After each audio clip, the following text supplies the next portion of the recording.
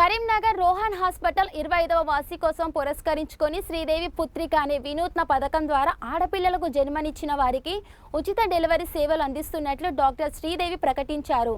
జిల్లా జడ్జి ఏ నీరజ, బిఎన్ రావు ముఖ్య అతిథులుగా హాజరై ఈ సేవా కార్యక్రమ పోస్టర్ను ఆవిష్కరిస్తూ ఆడపిల్లల పట్ల సమాజంలో ఉన్న వివక్షను పోగొట్టేందుకు ఇదొక గొప్ప ముందడుగు అని కొనియాడారు. మాతృత్వాన్ని గౌరవిస్తూ రోహన్ హాస్పిటల్ అందిస్తున్న ఈ సదావకాశాన్ని గర్భిణీలు సద్వినియోగం చేసుకోవాలని జిల్లా జడ్జి నీరజ సూచించారు.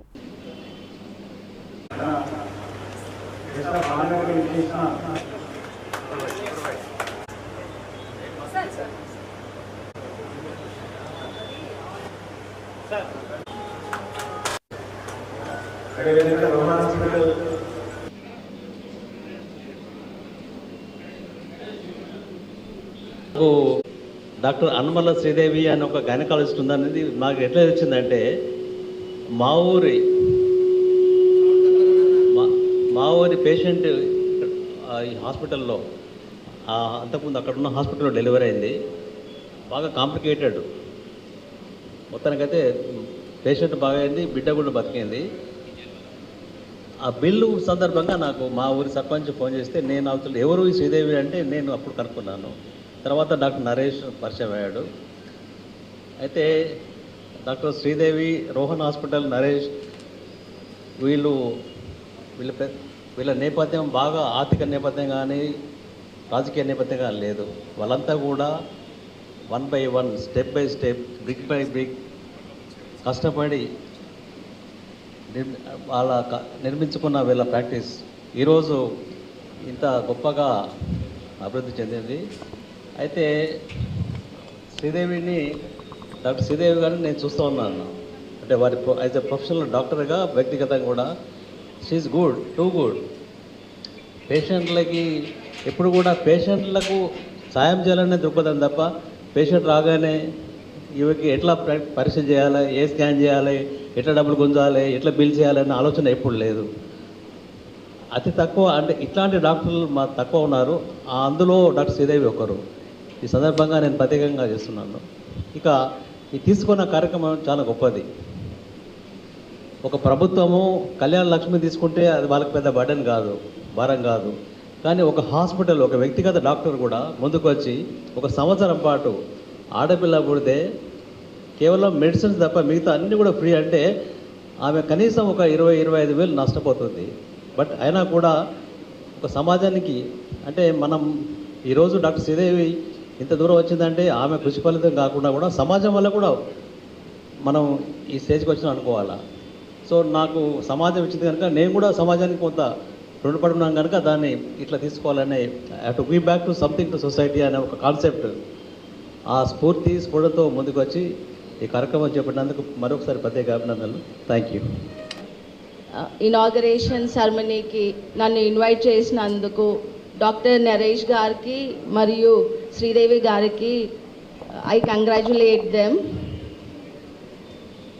మామూలుగా చాలా హాస్పిటల్స్ వాళ్ళ బిజినెస్ ఇంప్రూవ్ చేసుకోవడానికి 10% డిస్కౌంట్, 20% డిస్కౌంట్ ట్రీట్మెంట్ మీద ఇస్తుంటారు. కానీ రోహన్ హాస్పిటల్ వాళ్ళు 25th యానివర్సరీ సెలబ్రేషన్ సందర్భంగా ఒక ఎక్సలెంట్ గిఫ్ట్ కరీంనగర్ టౌన్ పీపుల్కి ఇస్తున్నారు. I congratulate them. Expecting mothers కరీంనగర్లో వాళ్ళు ఈ అవకాశాన్ని సద్వినియోగం చేసుకోవాలి.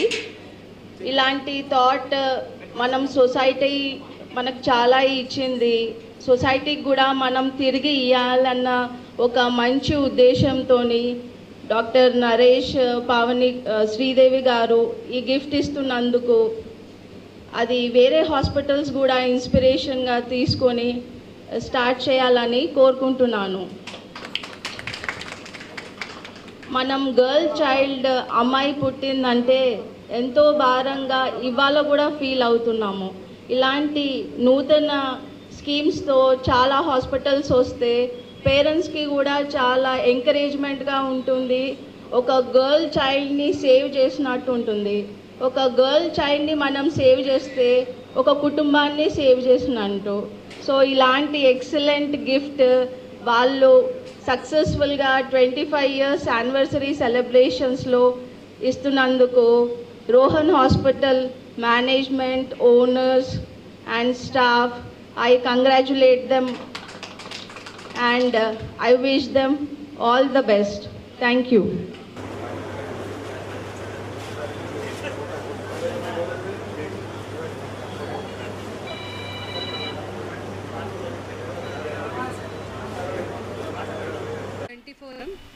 ఈరోజు చీఫ్ గెస్ట్గా వచ్చిన Shrimati A Neeraja garu, district 3rd additional district and sessions judge Karimnagar గారికి, doctor BN Rao garu, BN Rao foundation Karimnagar, and media and electronic and print media and మా శ్రేయోభిలాషులకి స్వాగతం. ఈరోజు ఈ సంవత్సరం మా హాస్పిటల్ 24 ఇయర్స్ 25th ఇయర్లోకి ఎంటర్ అవుతున్న సందర్భంగా మేము ఏదన్నా మహిళలకు ఏదైనా సర్వీస్ చేయాలనే ఉద్దేశంతో ఈ దేవి పుత్రిక అనే ప్రోగ్రామ్ స్టార్ట్ చేస్తున్నాము. ఈ ప్రోగ్రాంలో భాగంగా ఈ రోజు నుండి 1 year వరకు మా హాస్పిటల్లో డెలివరీ అమ్మాయి పుడితే నార్మల్ డెలివరీ కానివ్వండి, సిజేరియన్ కానివ్వండి, వాళ్ళకి డెలివరీ ఛార్జెస్ ఫ్రీగా చేస్తున్నాము. ఎందుకు అంటే ఈ అమ్మాయి అనగానే అమ్మాయి పుట్టింది, ఎస్పెషల్లీ సెకండ్ చైల్డ్ పుట్టింది అనగానే చాలా భారంగా ఫీల్ అవుతున్నారు.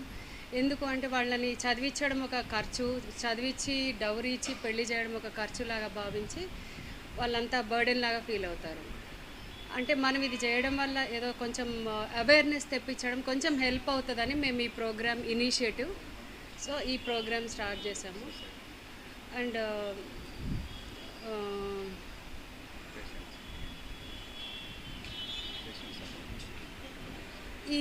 ఈ సందర్భంగా మమ్మల్ని ఆదరించిన పేషెంట్లకి, మా శ్రేయోభిలాషులకి ఇన్ని సంవత్సరాలు ఆదరించినందుకు చాలా థ్యాంక్ యూ.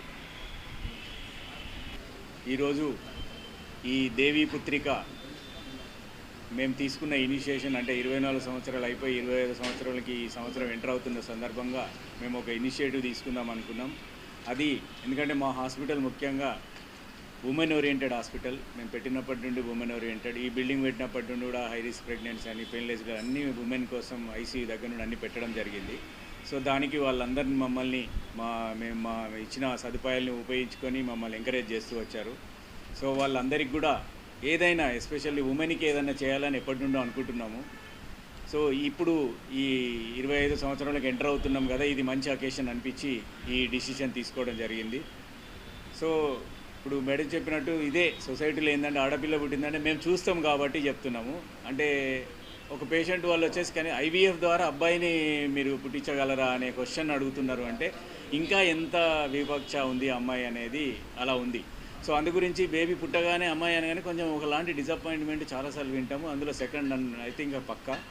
సో అందు గురించి వాళ్ళకి ఈ బేబీ పుట్టగానే కనీసం ఈ మేడం ఛార్జెస్, హాస్పిటల్ ఛార్జెస్ కొంచెం తగ్గిస్తే వాళ్ళకి అదొకటి, మేడం బేబీ వచ్చుడే ఒక ఫైనాన్షియల్గా కొంచెం ఒక హ్యాపీనెస్ వస్తుందనే ఉద్దేశంతో ఈ డిసిజన్ తీసుకోవడం జరిగింది.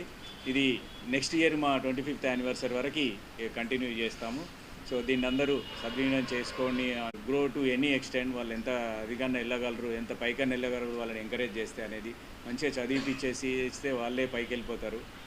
సో అనే ఉద్దేశంతో మేడం గారిని పిలవడం జరిగింది. మేడం వచ్చారు, మంచి టైం స్పెండ్ చేశారు మనతో, మంచి మెసేజ్కి ఈ 24 సంవత్సరాలుగా మమ్మల్ని ఎంకరేజ్ చేస్తూ మా వెన్నంట నిలిచిన